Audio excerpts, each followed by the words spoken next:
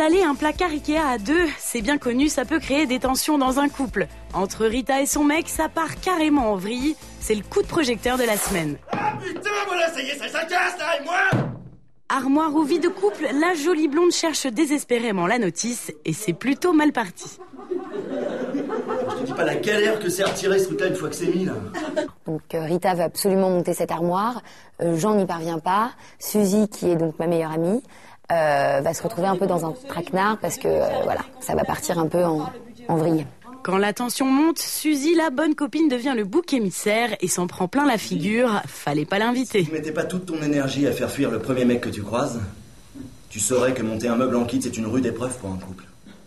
Je te dis pas le nombre d'amoureux qui déposent le bilan après avoir monté une armoire de ce genre. Quand ils arrivent au bout, ce concept n'existe que pour casser du couple, Suzy. Eux, ton couple, ils te le choquent, ils te le défoncent. C'est la mondialisation, ça.